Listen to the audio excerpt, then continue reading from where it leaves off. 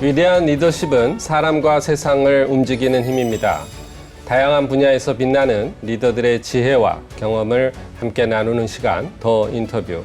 진행을 맡은 김웅철입니다. 여러분에게 우리 동네, 우리 마을은 어떠한 의미로 다가오십니까?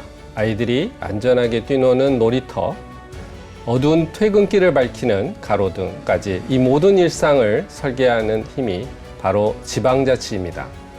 오늘은 지방자치의 뿌리를 헌법에 새기기 위해 쉼없이 뛰고 계시는 분이죠. 더불어민주당 이해식 의원님을 만나보겠습니다.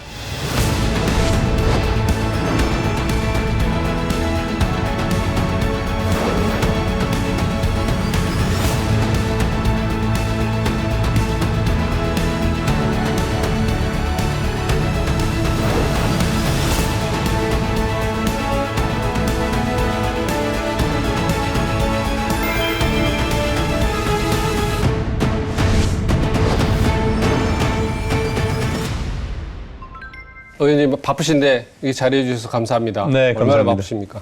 감사합니다. 예.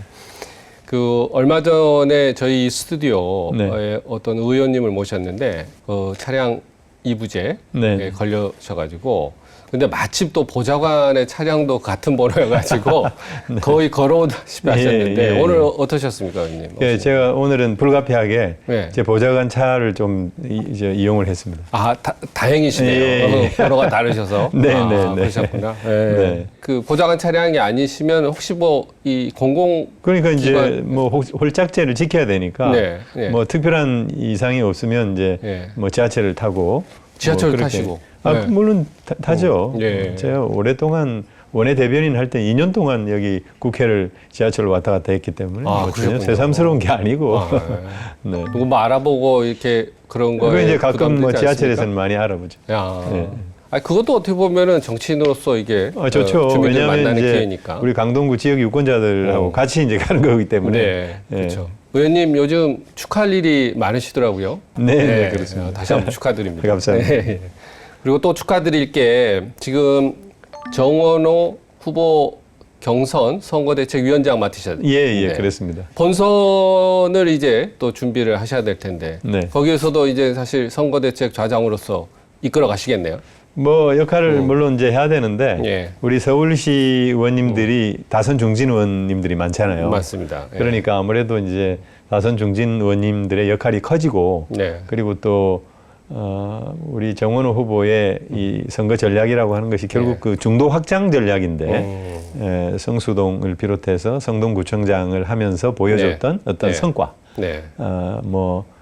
실력을 실적으로 증명한 이런 네. 것에 대해서 네. 서울 시민들이 좋은 평가를 지금 해주고 계신 거고 네. 특히 그것이 바로 강남권 이런 한강벨트에서의 경쟁력을 좀 보여주고 있는 거잖아요. 이른바 보수 그렇죠. 진영이든 예. 보수적 유권자들도 시정을 맡길 만하다. 이렇게 네. 평가를 하는 것이 가장 아주 그 강력한 그런 어떤 이 승리 요인이라 그럴까요? 네. 이제 그런 거기 때문에 네. 그런 면에서 선대위 뭐 진영도 그런 좀 칼라 그리고 또 이제 여러 가지 홍보라든가 네. 공보 또 메시지 이런 것도 너무 이념 중심이 아니라 좀 실용적인 네. 그리고 주민들의 어떤 시민들의 불편을 해소하는 뭐 후보는 상대와 싸우는 게 아니라 시민의 불편과 싸운다 뭐 그렇게 표현을 했습니다만 네. 그런 어떤 자세 이런 네. 걸 가지고 가야 되기 때문에 그런 면에서는 좀 이렇게 저는 조금 한 계단 낮게 내려오고 좀 이렇게 다른 분들 좀 높여드리고 한 이렇게 계단 낮게가 아니고 진짜 핵심 실무적인 일을 맡으신 거죠. 예. 예.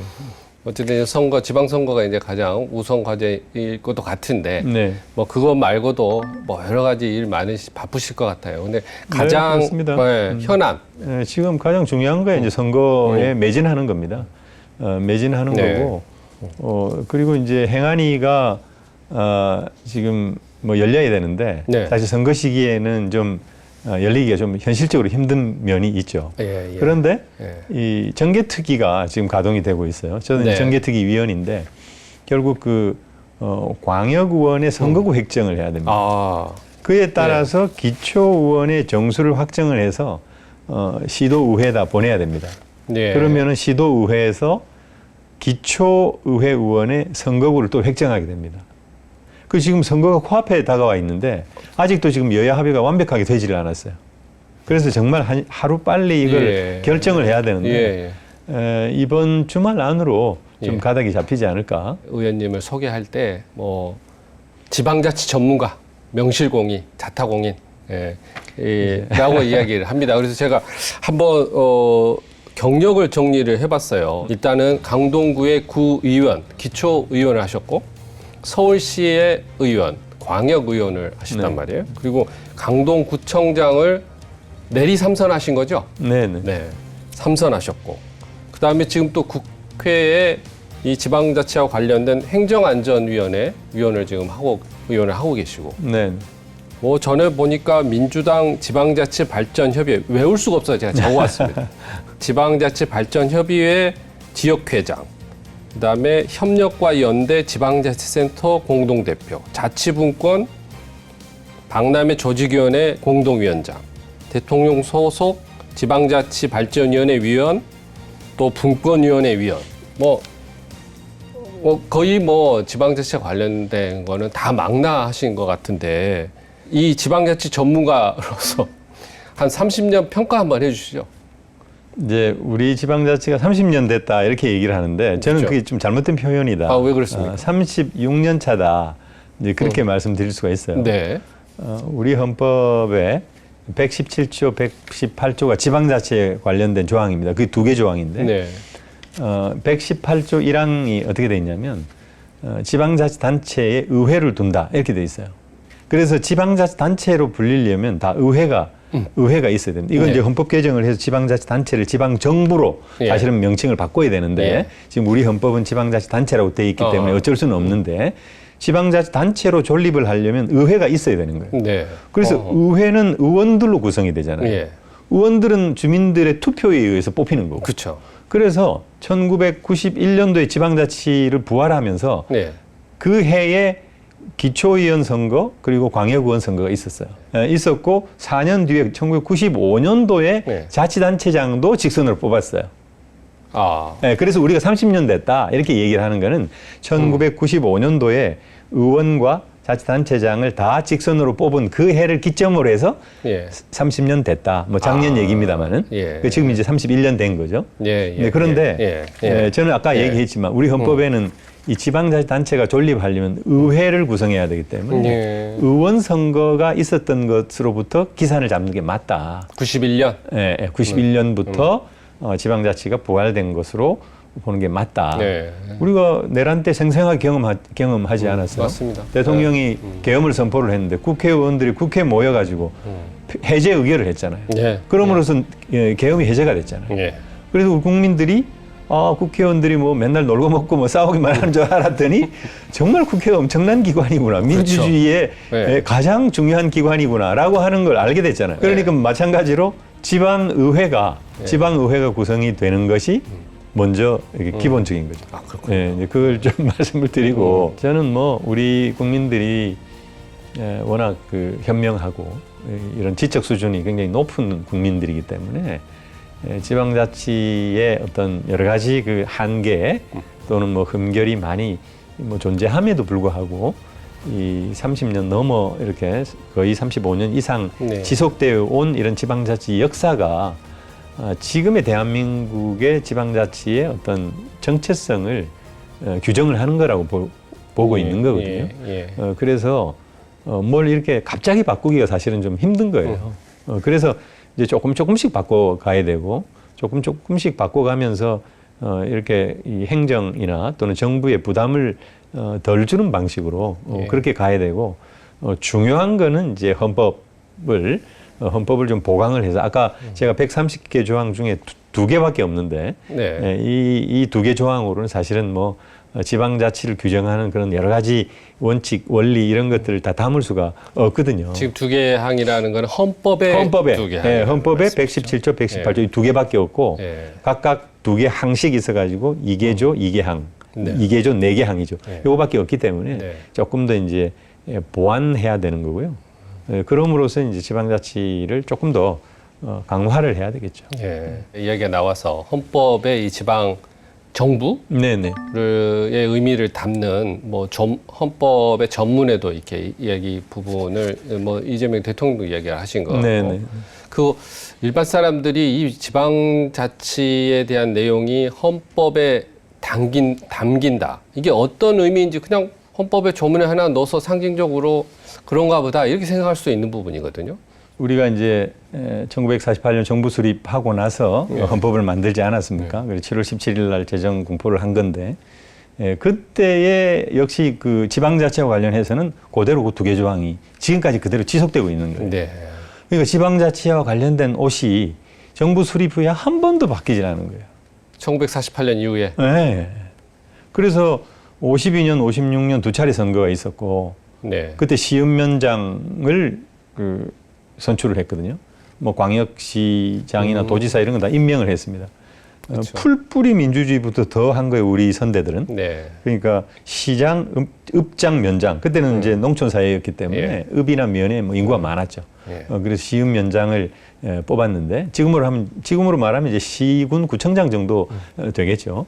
이제 이렇게 뽑았는데 결국은 5.16 쿠데타 이후에 네. 그 두 개 조항은 완전히 군부 독재에 의해 가지고 유보가 됐잖아요. 네. 폐지를 해버렸잖아요.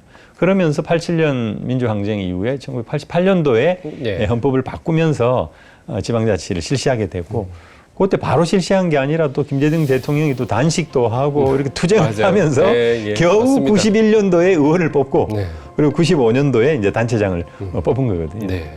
그래서 이 헌법의 두 개 조항은 너무 기본적인 조항에 불과하고 요게 너무 오래됐기 때문에 네. 거의 뭐 70몇 년이 됐기 때문에 이제는 현실에 맞는 그런 지방자치의 조항으로 개정을 해야 된다. 그래서 특히 이 지방자치와 관련된 규정은 어떤 이념이라든가 정파라든가 이런 걸 초월하는 거기 네. 때문에 왜 그렇죠. 지방의 삶을 튼실하게 하고 또 균형 발전을 기하고 또 지방자치 단체의 자율성을 높여주는 요게 무슨 뭐 여야가 따로 있는 게 아니거든요.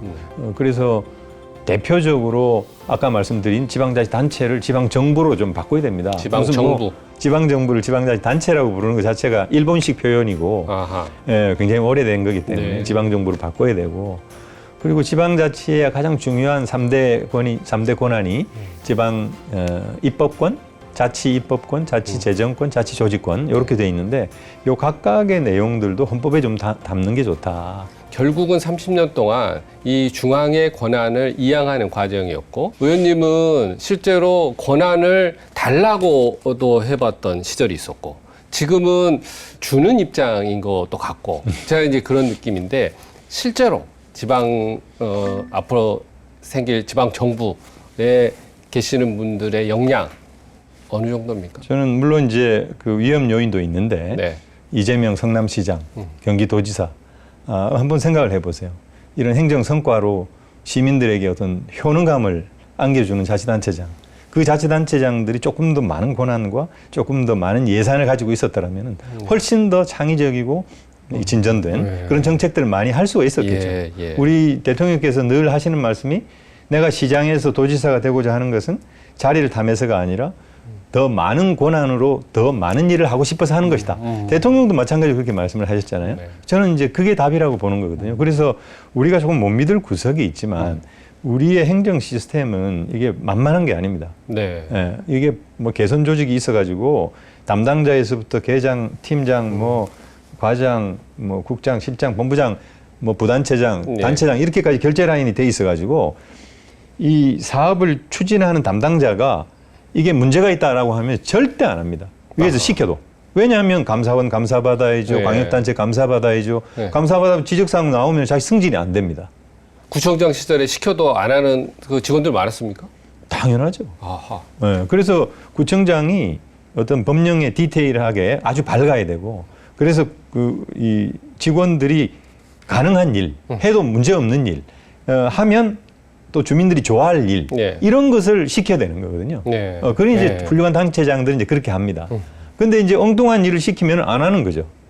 저항하고. 네. 그러니까 일이 안 되고 이렇게 되거든요. 근데 그런 면에서 지금 뭐 우리 지방 공무원들만 해도 엄청나게 높은 경쟁률과 엄청나게 어려운 시험을 거쳐가지고 들어오잖아요. 인력이 매우 우수하거든요. 네. 그러니까 지방자치단체에 조금 더 많은 권한을 준다고 해서 문제가 생기는 게 아니라 오히려 이 지방자치단체의 그런 행정 역량이 늘어나가지고 훨씬 더 좋은 정책과 훨씬 더 좋은 일들이 생긴다. 자, 그러면 구체적으로 그 지금 가장 아까 재정권 조정 얘기가 이제 핵심인 것도 같은데 지금 현재 국세와 지방세가 8대 2죠. 그러면 이상적인 앞으로 이게 이 지방 재정권 조정 어느 정도까지 생각을 해야 됩니까? 뭐 이상적인 형태다 이러면 우리 지방자치 학계나 지방자치 일선에 있는 사람들은 적어도 뭐 6대4 정도는 돼야 되지 않냐 6대4. 이렇게 보는 거죠. 그래서 문재인 정부 때 6대4까지 간다라고 하는 걸 목표를 설정을 하고 단기적으로는 7대3까지라도 가야 된다. 이렇게 이제 공약을 했던 거고 그 공약이 그대로 이어져서 이재명 대통령도 지금 하고 계시거든요. 이걸 7대3으로 만들고 그런 다음에 이걸 6대4 정도까지 가는 것이 이게 일종의 이 지방자치 학계나 지방자치 일선에 있는 사람들의 공통된 합의입니다. 합의. 근데 이제 기재부나 우리 뭐 재정당국에서는 다 이제 반대를 아주 세게 하고 있죠. 그렇죠. 지금 전남 광주 특별시가 5국 3특의 문을 열었지 않습니까? 맞습니다. 그래서 전남 도지사와 광주시장을 배하고 전남 광주 특별시 시장을 뽑았잖아요. 뽑았는데 이 전남 광주 특별시 시장에 대해서 그리고 또 그 특별시에 대해서 재정을 연간 많게는 5조 원 그리고 지금 임기가 4년 남으셨으니까 우리 대통령이 20조. 20조는 이건 뭐 어마어마한 재원이에요. 어마어마한 재원인데 이거는 교부세를 통해서 자율재정을 어느 만큼 줄 거냐.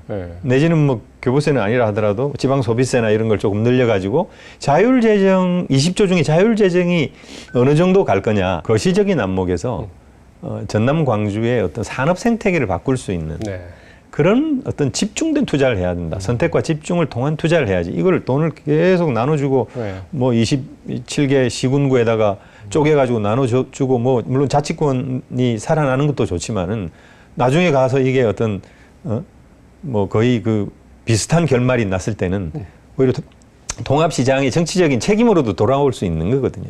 네, 그런 면에서 이런 에너지 전환이라든가 AI라든가 이런 바이오 같은 첨단 산업에 투자를 하고 이 광주 전남이 그런 어떤 메카가 될 수 있는 그리고 산업 생태계를 바꾸고 일자리를 늘리고 청년들이 모여드는 이제 그런 도시로 만들어야 그래야지 진정한 5국 3특의 이런 균형 성장 이런 목표를 달성할 수가 있는 거죠. 5국 3특과 이제 첫 문을 이제 전남 광주 통합시에서 열었고 어느 한 부분 산업에 집중해야 된다는 이제 재원을 집중해야 된다는 말씀하셨는데 한 부분 산업이라기보다는 이게 이제 어떤 정부가 잘 협의를 해서 어떤 전략적으로 전남 광주가 무엇을 선택할 것인지 이런 어떤 합의를 해내야 되고 그런 속에서 전남 광주만의 어떤 산업 전략 이런 것에 좀 투자를 해서 생태계를 좀 바꿨으면 좋겠다. 뭐 4년 투자했는데 아무것도 없더라. 이러면 뭐 이건 사실 그럼 그 돈 다 어디 썼나 이렇게 될 거 아니겠어요. 이 광역시 5국 3특이라는 게 광역시라는 거를 통해서 국토 효율화, 운영의 효율화를 꾀하자는 거 아니겠습니까? 근데 이게 실질적으로 다른 나라에서도 성공 사례가 있는 건지, 그리고 일본 같은 경우에도 이거를 시도하다가 아예 통합보다는 광역 연계형으로 좀 문제가 있어서 바꿨던 이제 그런 것도 이제 이야기 듣고 있는데. 네, 그게 뭐 일본 같은 경우에는 이제 오사카를 중심으로 해서 한번 통합을 하려 하다가 주민들이 반대해가지고 거기는 주민투표를 하거든요. 주민투표를 해서 이제 반대를 했는데 우리도 주민투표를 했더라면은 사실 어떻게 될지도 몰랐겠습니다만은 그러나 사실은 이것은 지방자치는 양대 기둥으로 움직이는데 하나가 분권이고 하나가 자치입니다. 분권이라고 하는 건 결국 국가가 하는 겁니다. 국가 균형 발전이라고 하는 거는 헌법 123조 2항에 나와 있는데 이 지역 경제를 활성화시킬 책무가 국가에 있는 거예요. 그래서 우리가 국가 균형 발전 이렇게 얘기를 하거든요. 그래서 국가는 지역 간의 균형 발전, 그래서 지역 균형 발전이라는 말도 쓰지만 국가 균형 발전이라고 하는 말을 쓸 때는 이 균형 발전이라고 하는 것은 국가가 하는 거다. 주체가 네, 국가다. 주체죠. 그래서 분권이라고 하는 거는 나눠주는 사람이 나눠줘야지 이게 되는 거지. 나눠줄 사람은 뭐 마음이 없는데 그 뭐 분권 하자고 백날 얘기해봐야 도루묵이잖아요. 또 하나의 기둥이 자치예요, 자치. 예. 그러니까 그 자치라고 하는 것은 여러 단위의 자치가 있는 거죠. 주민자치도 있고 이런 기초자치단체의 자치가 있고 광역단체의 자치가 있는 거고 역시 또 통합특별시의 자치가 있는 거니까 이 자치는 스스로 자발적으로 하는 거거든요. 자발적으로 자율적으로 정책을 만들고 자기 책임하에 정책을 집행하는 것을 자치라 그러는 건데 그 역량을 넓혀주는 것이 동시에 진행이 돼야 됩니다. 예, 그래야 이 지방자치 참여하는 어떤 사람들, 뭐 지방 의원들이라든지 또 네. 주민들도 역시 모두 힘과 역량을 모아야 네. 이런 전남광주 특별시가 성공을 할 수가 있는 거거든요. 네. 그래서 말씀하신 대로 이게 이제 너무 급하게 하다 보니까 맞아요. 뭐 예. 탈날 거 아니냐 이런 예, 우려도 예. 하고 계신데 예. 실제로 그런 우려가 있을 수 있죠. 예. 그래서 예. 이 지방자치의 양대 기둥인 분권 정책대로 강력하게 하고 이 자치라고 예. 하는 것도 소홀히 해서는 안 된다. 예. 그래야만 주민들의 역량을 모아가지고 이런 목표를 달성할 수 있다. 이제 이런 얘기죠. 다 그 어느 정부마다 지방 분권을 하겠다, 지방시대 열겠다. 이 전 정부도 그랬고요. 네. 근데 뭐 좀 더 이재명 정부 들어서 진정성은 좀 더 있게 보입니다. 아, 예. 있게 보이는데 그럼요. 의원님, 네. 이번에 진짜 지방시대 될 것 같습니까? 그리고 뭐 그거로 이게 근거는 제시하실 게 뭐가 있습니까? 이 5국 3특을 한 20년 이상 얘기만 했지. 뭐 MB 정부도 5+2 해가지고 한다고 그래서 아무것도 안 했어요. 말로만 했지 아무것도 안 했거든요. 이제 비로소 이런 전남광주 특별시를 통해 가지고 네. 이런 초강력 전략을 쓰는 네. 거거든요.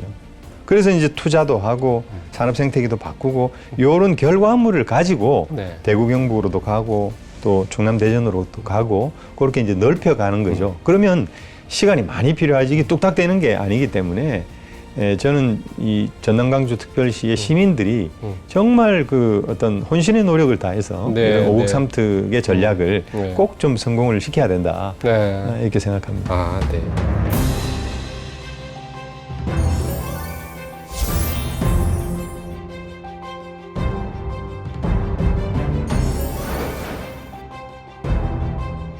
의원님 개인 이야기로 지금 너무 열을 지방자치 전문가로서 열을 많이 내셨으니까 네. 출생이 보성이시더라고요. 예, 전라남도 예, 예. 보성이셔서 네. 만나면은 전라남도 사투리를 쓰실 줄 알았는데 경상도 쪽이 사투리를 예. 아직 남아 계세요. 그 제가 보성 태생인데 초, 중, 고등학교를 마산에서 나왔죠. 예. 예, 그래서 이제 이런 억양, 경상도 억양이 아. 있는 거고 예. 친구는 다 경상도 사람, 친척은 다 전라도 사람. 아, 네.